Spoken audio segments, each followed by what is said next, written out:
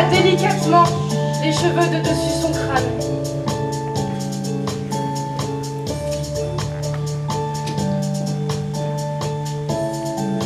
Elle délissa délicatement ses chaussures et extirpa joliment ses pieds larges.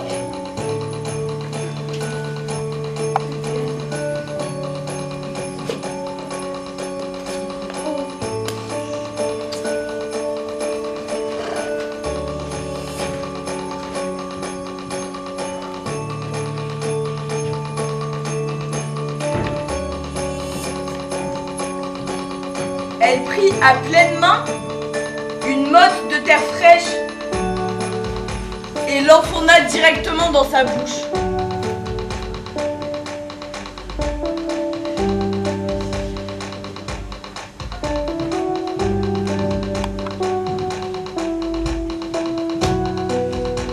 Mais y a-t-il quelque chose à nous reprocher? Vraiment?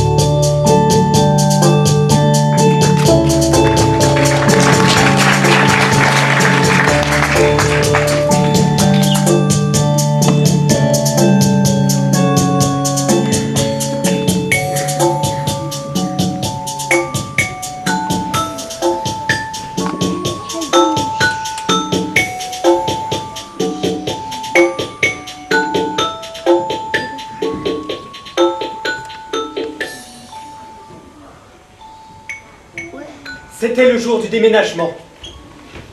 Les cartons passaient de main en main pour accéder à l'étage supérieur. Et l'on se réjouissait déjà de la vue sereine et dégagée, puisque ce troisième étage, Contrairement au second, disposait d'un balcon qui prolonge délicieusement le séjour. dont on allait pouvoir bénéficier. On avait fini par tout à fait oublier ce rez-de-chaussée miteux, où persistaient des nappes de brouillard et où chacun des 4 enfants de cette famille, et son enfant à elle aussi, avait vu le jour. Un rez-de-chaussée dont on s'était littéralement évadé. Un peu honteusement, en pleine nuit, comme on s'évaderait précipitamment d'une prison. Et depuis ce jour, la famille avait entrepris sa lente ascension vers les sommets de l'immeuble. Ascension ponctuée d'étapes, qui coïncidaient toutes avec la réalisation professionnelle ou personnelle Mais dans cette famille, cela ne fait pas beaucoup de différence. d'un de ses membres.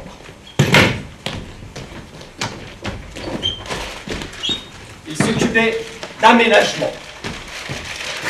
L'aménagement du territoire. Il l'appelait ainsi.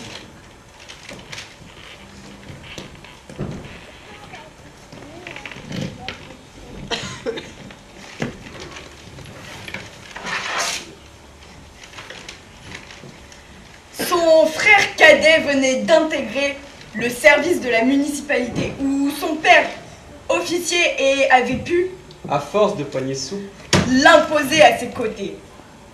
Et on avait immédiatement parlé de ce déménagement au 3e étage pour célébrer correctement. une nouvelle vie en construction. Ils avaient employé ce mot.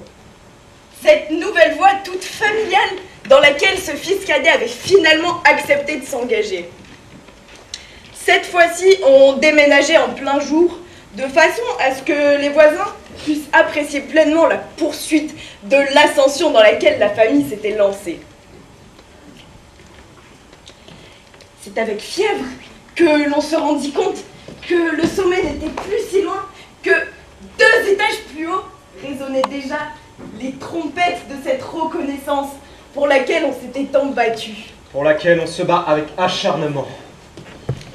Ils avaient prononcé ce mot, une reconnaissance que l'on attendait avec certitude, Une certitude sereine. car ils savaient tous que dès l'instant où le dernier étage serait atteint, ils seraient parvenus À une totale satisfaction.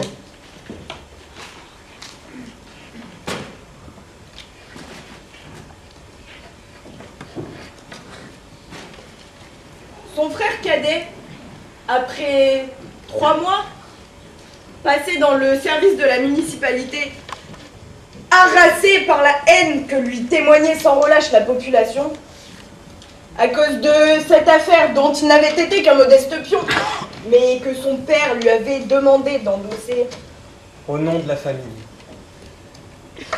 pour prouver son attachement à la famille. Montrer clairement la foi qu'il a en cette entreprise que mène la famille. Son frère cadet, donc, finit par voler du balcon du 3e étage jusqu'au rez-de-chaussée.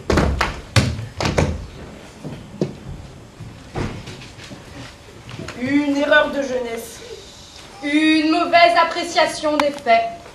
que l'on regretta, bien sûr, mais ensemble, la famille surmonta sa peine en déménageant un peu plus haut. Au 4e étage. Événement qui coïncida fort heureusement Car la gaieté de cœur n'est pas vraiment de mise. avec la nomination de son père comme responsable de l'office municipal des infrastructures. Et l'on se réjouit de cette nouvelle tandis que l'on gravissait les marches qui amenaient à cet avant-dernier étage, dans un appartement que l'on choisit cette fois-ci côté sud, pour profiter pleinement du soleil, qui rendait les plantes d'intérieur dont sa mère s'occupait comme de mes propres enfants, plus vertes, plus résistantes, donnant à l'ensemble du logis un petit air de sauvagerie contenue que tout le monde appréciait.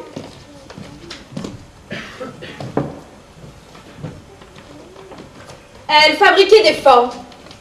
Une somme de petites constructions en matériaux divers qu'elle récupérait d'aussi, de là, aux alentours de l'appartement. Du bois. De la ferraille. Vraiment n'importe quoi. Elle les agençait en petites constructions qui emplissaient peu à peu sa chambre. Vraiment n'importe quoi.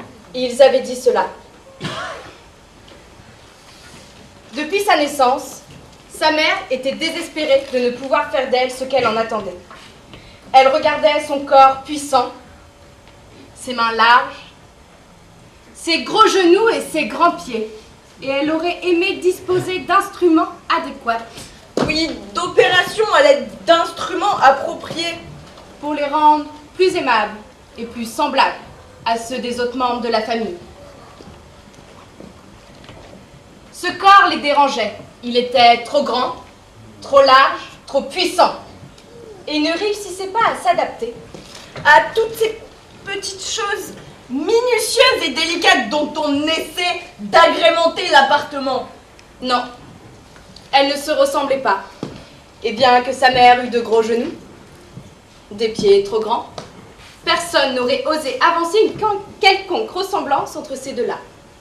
Bien que leurs traits fussent parfaitement identiques, leurs mains pareillement larges, leur taille semblable, les cheveux délicatement noués sur le sommet du crâne, personne Non, personne. n'aurait osé un instant évoquer une quelconque similitude entre ces corps-là. On évitait le sujet. Et lorsqu'il semblait poindre malgré tout, on orientait sans plus tarder la discussion sur cet aïeul Son portrait tout craché. qu'elle n'avait jamais connu, ni jamais vu, puisque l'on avait égaré l'unique photographie que l'on en possédait. Mais l'on prit grand soin de lui expliquer qu'elle tenait d'elle cette forte tête, Cette tête qui n'a jamais su s'intégrer au mouvement familial. qui l'avait empêché de suivre ce train des choses qui les avait emmenés, tous ceux de cette famille, à gravir les étages et à se fondre parfaitement dans le paysage. Non, elle n'a jamais réussi à suivre ce mouvement-là.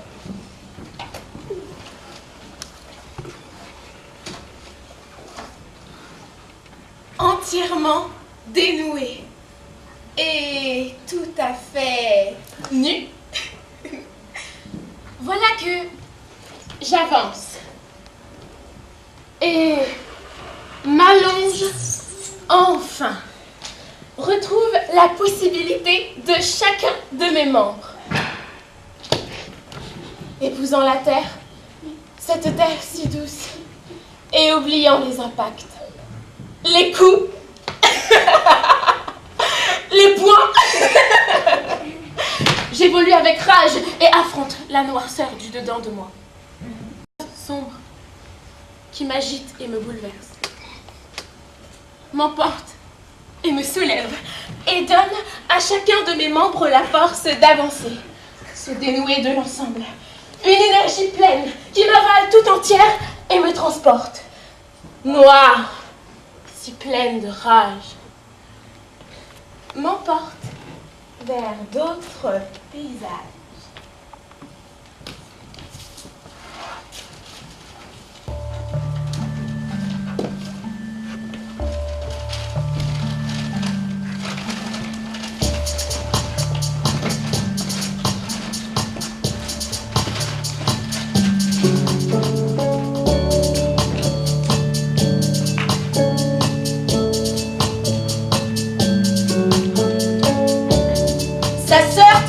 Au sein de l'école maternelle.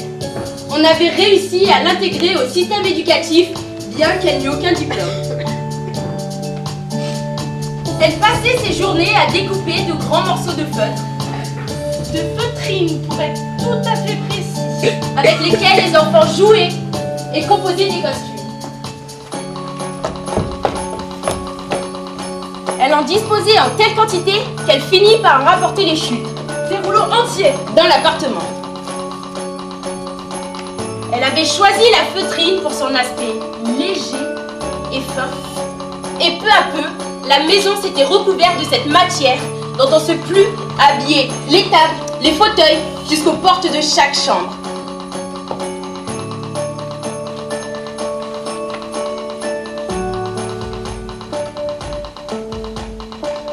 Et lorsque l'on entrait dans une pièce, il semblait, l'espace d'un instant, que l'on pénétrait une cellule capitale.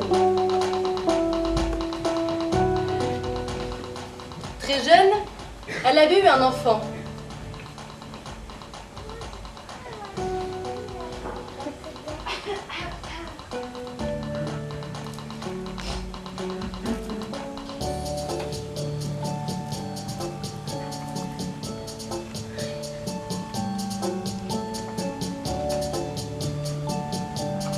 Elle avait ressenti ce besoin d'avoir un enfant auprès d'elle qui l'aiderait à supporter sa charge.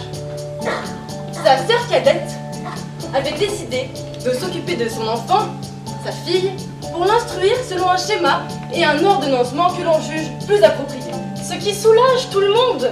Elle l'avait pour ainsi dire adoptée. Elle la considérait comme sa propre fille. Et le fait qu'elle ne puisse elle-même pas engendrer n'avait rien à voir avec cela. Absolument rien à voir. C'est ce qu'ils avaient dit, puisqu'elle était jeune encore et son époux vigoureux. Et qu'il n'y a aucune raison à ce qu'ils ne puissent à leur tour donner au corps familial de nouveaux éléments qui lui permettent de se déployer.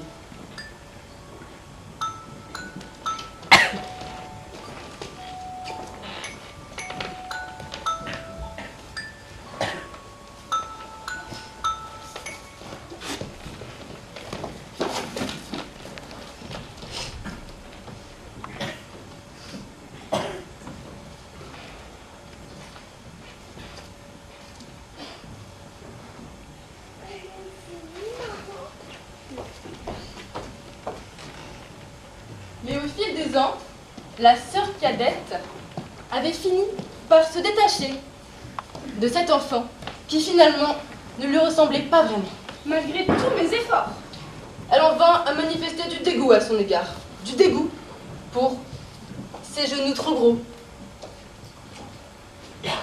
ses mains larges, ses pieds trop grands et à moins d'instruments. Oui, d'opérations sérieuses à l'aide d'instruments. Elle ne savait pas trop quoi en faire. Si bien qu'elle se détacha tout à fait de cet enfant qui, selon elle, a poussé trop longtemps dans l'ombre de sa mère.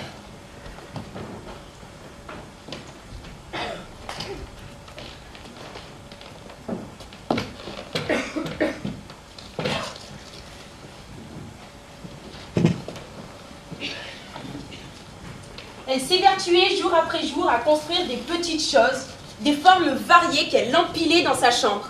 Une chambre où personne ne mettait les pieds depuis longtemps, puisque sa mère refusait. Oui, catégoriquement, elle avait dit ce mot, de voir ces choses-là s'accumuler inutilement dans la poussière de sa chambre, qui, au fil du temps, commençait à préciser un dessin.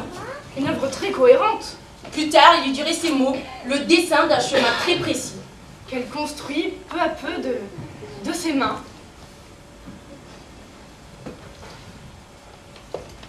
À l'hôpital où on l'avait acceptée,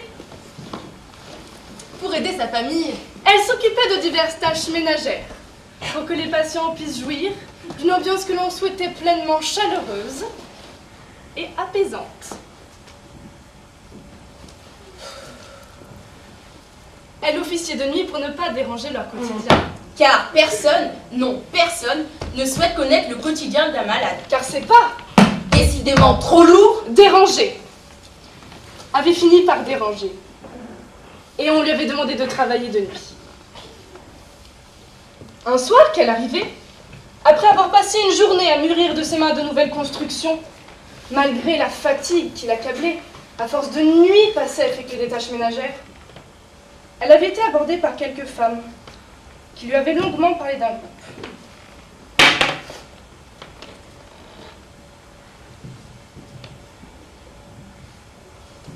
Elle lui avait parlé de cette nécessité de se battre, puisque c'était avant tout de fierté sexuelle qu'il s'agissait, et que cette fierté nécessitait le combat. Du côté des femmes, pour que les femmes, toutes les femmes, soient enfin considérées pour ce qu'elles étaient vraiment. Elle leur avait alors apporté ces petites choses qu'elle avait construites au fil des ans entre les murs de sa chambre, pour leur montrer la voie dans laquelle elle s'était engagée. Elle avait ouvert délicatement le morceau de tissu qui recouvrait les formes, qu'elles avaient regardé d'un air hagard. Mais il y a de quoi, car elle ne comprenait pas du tout Non, pas du tout. ce que ce genre de choses venait faire ici. et surtout, en quoi cela peut aider les femmes à se faire considérer pour ce qu'elles sont vraiment. Elles avaient trouvé cela inapproprié. Totalement incompréhensible. Elle leur avait alors recommandé de ne plus afficher ces formes-là, Trop abstraites. pour s'orienter. Vers quelque chose de plus concret, plus compréhensible, accessible à tous.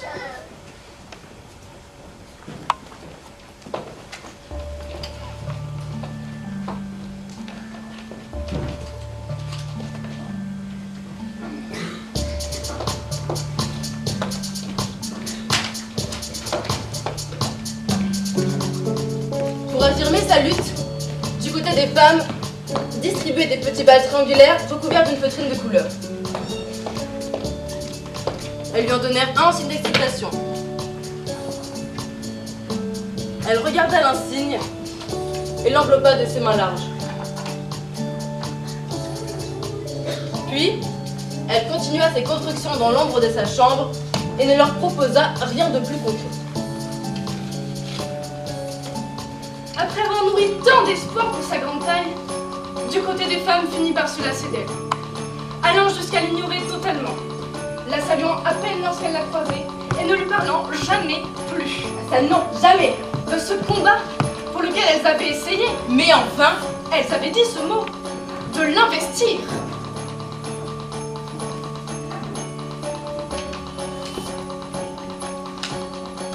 elles s'étaient mises à leur tour à construire des petites choses, car finalement, elles avaient été conquises par cette drôle d'idée. Et des formes plus reconnaissables, accessibles et engagées. Des formes très explicites qu'elles comptaient bien l'utiliser. Pour infiltrer ce monde des hommes et ne nous considèrent pas pour ce que nous sommes. Et qui allaient, elles en étaient certaines, finir par s'imposer et leur donner cette place qu'elles souhaitaient à tout prix obtenir et qu'elles obtiendraient. Ça, nous en sommes certains.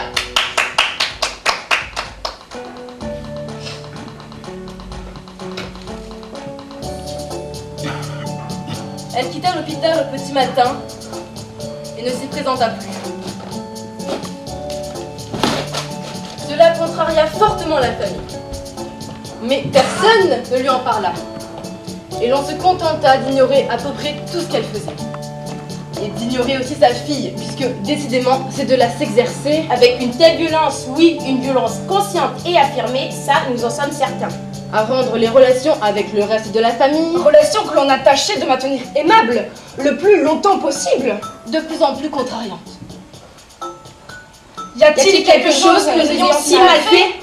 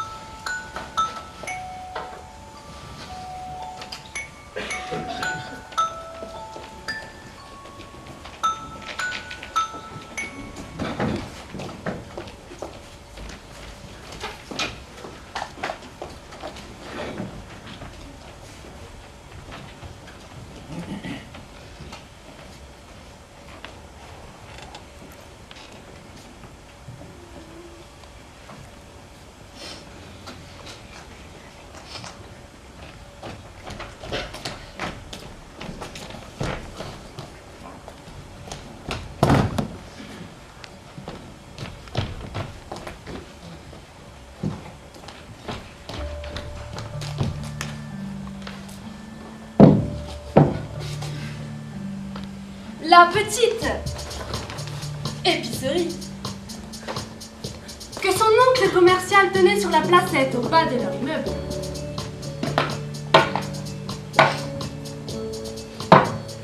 Au fur et à mesure des incitations paternelles au déplacement, car il faut le dire, ce territoire était devenu une sorte de mirage accessible, de paradis terrestre auquel tout un chacun rêvait d'accéder. S'avéra trop modeste pour contenir tous les désirs de la population, qui se ruent quotidiennement dans les transports en commun pour rejoindre les grands complexes alimentaires installés à proximité. Il y eut une nouvelle fois une réunion de famille, où l'on retraça fiévreusement le parcours mené depuis des générations, pour en conclure que, pour des raisons sociales ou morales, il était hors de question, absolument hors de question, d'accepter ces complexes étrangers dans le paysage, de soumettre ce territoire à un monopole étranger de l'alimentation. On projeta de transformer l'épicerie en un plus vaste supermarché.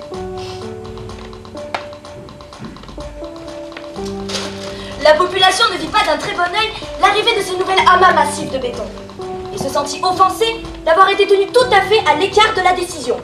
Une décision pour l'avenir et le bien-être. Une décision typiquement masculine, pour être tout à fait précis. Elle le fit savoir par des pétitions et quelques articles qui dénonçaient les façons de faire. Les façons de faire de ce genre d'individus au contact douteux? Non mais on aura tout entendu là.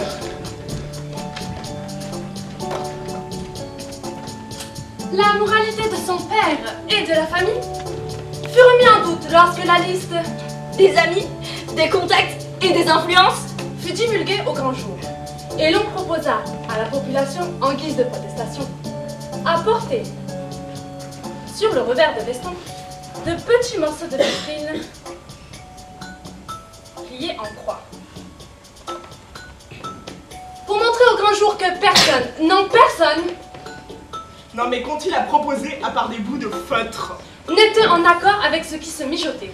On stoppa le chantier.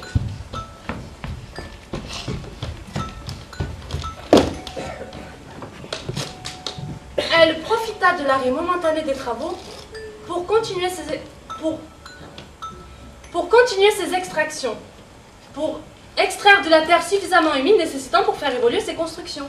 Et lorsque le chantier fut déplacé de quelques mètres, Elle continua ses extractions à l'endroit même où elle les avait commencées. l'endroit où la famille rêvait déjà de voir s'ériger un grand multiplex culturel. Qui manque aujourd'hui cruellement à ce paysage. Elle rapporta la terre jusqu'à dans sa chambre. Il devint courant, à cette époque, de croiser régulièrement dans l'ascenseur ces petits bouts de feutre qui s'affichaient comme une insulte, une véritable insulte, au progrès et à la famille. Et le 5e étage se mua en une tour d'ivoire où l'on s'efforça de maintenir une ambiance chaleureuse et apaisante, en tâchant d'oublier les marques de cette griffure feutrée. On lui proposa un petit bout de feutrine,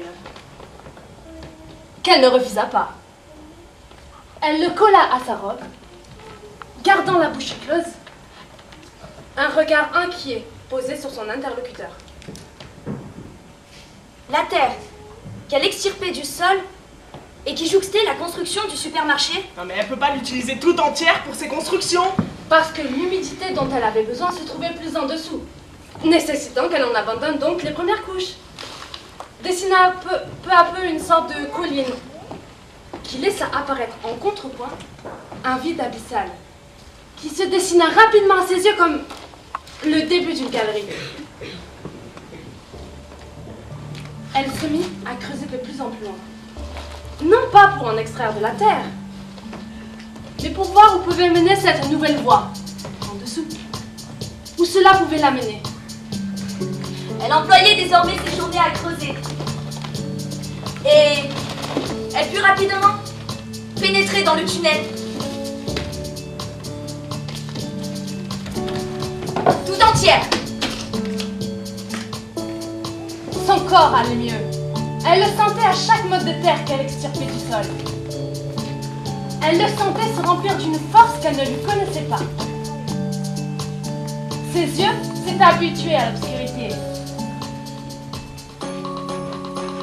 Elle était protégée des flux de paroles et de corps qui, à l'extérieur, l'empêchaient de se tenir de la façon qui lui convenait le mieux. Afin d'éviter que l'on ne remarque de trop ce qu'elle était en train de réaliser, elle décida de dégager la terre qu'elle extirpait de ses fouilles la nuit, vers le local à poubelle.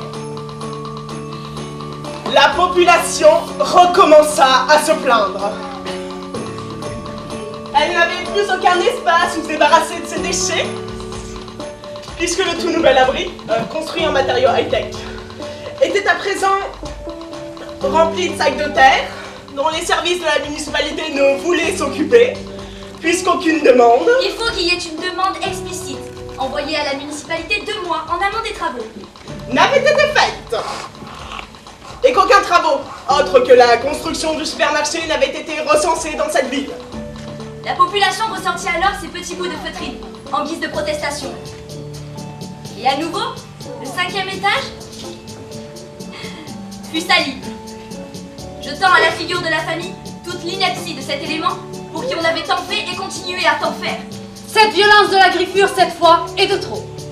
Le tout nouvel abri, Construit en matériaux high-tech. que l'on avait pris soin de cadenasser,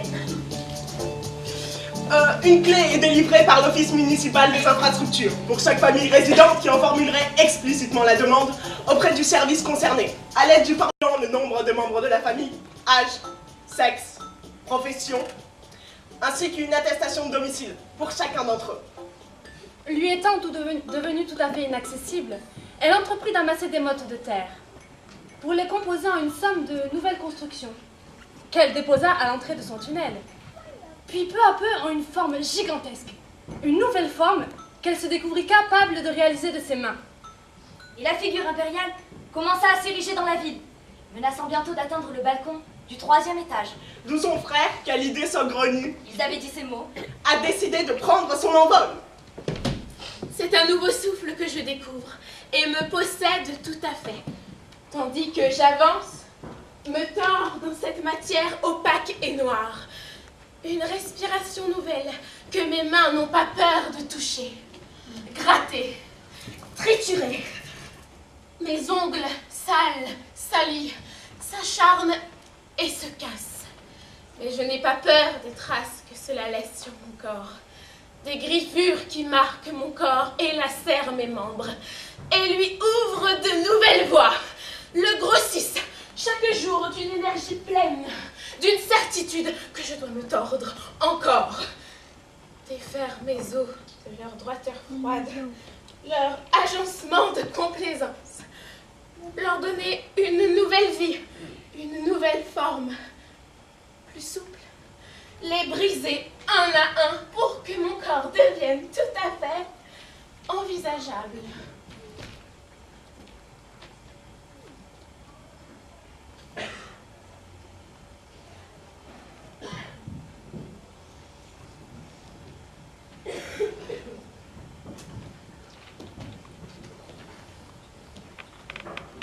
Un homme, à la grande taille et aux mains larges, remarqua la construction gigantesque qu'elle avait entreprise et lui demanda si elle disposait d'autres formes, plus petites, constituées d'autres matériaux, des choses achevées ou non qu'elle serait en mesure de lui présenter. C'était un homme jeune, à la carrure impressionnante, qui imposait le respect. Elle ouvrit délicatement le morceau de tissu que recouvraient les formes qu'elle s'évertuait à construire depuis toutes ces années entre les murs de sa chambre. Et il fut immédiatement conquis par... La beauté rageuse, Il avait dit ces mots. une œuvre véritable, qui impressionne par la précision et la singularité de ses choix, qui manifeste avec clarté de cette voie plus noire, plus radicale, dans laquelle elle s'était engagée.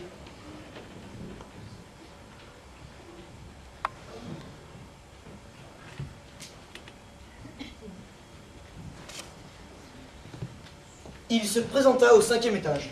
La famille s'empressa de recevoir cet homme, dont la grande taille et les mains larges démontraient la capacité à donner une situation. Oui, une situation dans ce monde, parce que dans ce paysage, on ne sait plus que faire.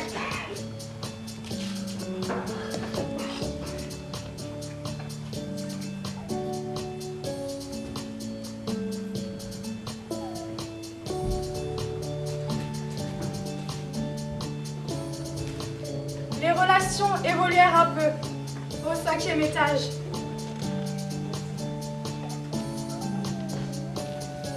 Son père prit la décision d'exposer dans son office municipal des infrastructures quelques-unes des œuvres, puisqu'il paraît qu'on dit ce mot. Sa fille s'évertuait à construire depuis toutes ces années entre les murs de sa chambre, afin d'évaluer l'effet que feraient de tels objets auprès de ses employés et collègues, évaluer leur étonnement et leur reconnaissance lorsqu'ils découvriraient qu'ils disposaient également dans sa famille d'un membre de la branche artistique. Elle progressait dans la formation de son tunnel. Elle s'y rendait chaque jour et sentait la progression dense et joyeuse de cette nouvelle voie qu'elle était en train de s'ouvrir. Un matin, qu'elle creusait avec particulièrement d'ardeur, elle heurta une masse imposante. C'était une de ces conduites d'eau dont avait vu son frère planifier le tracé il y a longtemps sur une table du salon du second étage. Elle taillada minutieusement la conduite qui gênait son avancée à l'aide d'un couteau de cuisine défaillant dont sa mère s'était débarrassée A tenté de se débarrasser. et dont elle s'était emparée l'instant d'après qu'il lui échouait dans la poubelle. Elle en avait retiré le couteau et l'avait glissé sous l'élastique de sa culotte pour le ramener discrètement à la maison, pensant qu'il était possible que l'instrument lui serve. Et voilà qu'elle souriait maintenant d'un sourire large en tailladant de son couteau la conduite qui gênait son avancée. L'humidité envahit les bâtiments et les factures d'eau devinrent considérables, mais on peina à trouver une raison à tout cela. Elle décida de ne plus rentrer à l'appartement et de dormir là, dans ce berceau de terre. Elle vivait désormais dans son tunnel, tout son corps épousant naturellement cette voie qu'elle se construisait. Et il lui semblait qu'elle avançait vite, très vite, et qu'elle était proche de trouver une issue à ce long chemin dans lequel elle s'était engagée.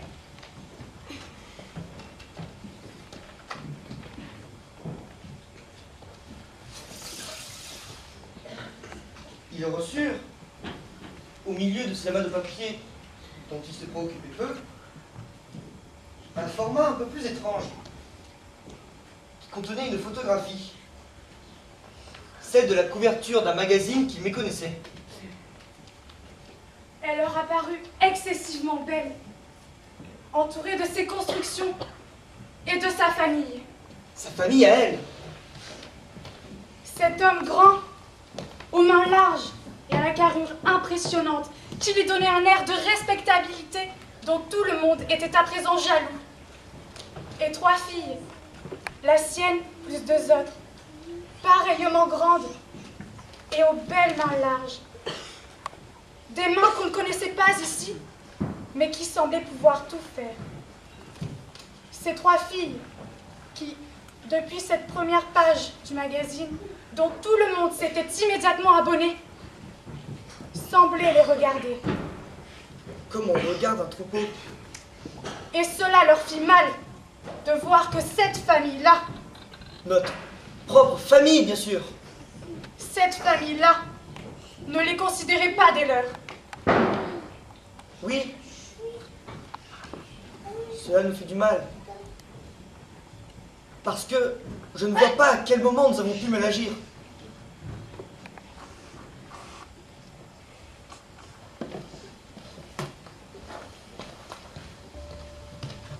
On sonna à la porte. Elle ouvrit. apparaître derrière elle 3 grandes et belles filles. Et cet homme, à la carrure impressionnante, qui forçait le respect. Elle vit son chapeau de feutre que trituraient nerveusement ses petites mains crispées. Et derrière lui, le dessert de la ribambelle familiale qui l'accompagnait. Bonjour, ma fille.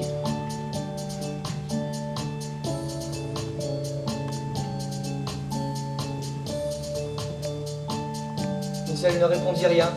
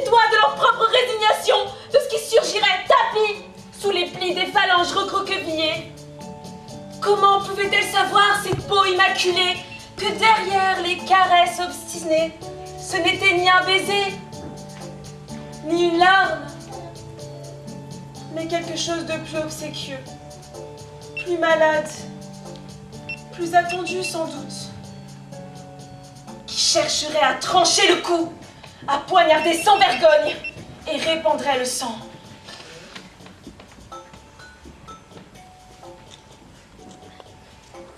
Comment pouvait-il savoir, les ongles longs dansant, que se glisserait sous eux un peu de corne, de la boue, quelque chose de sale et puant, qui marquerait les griffures de son passage.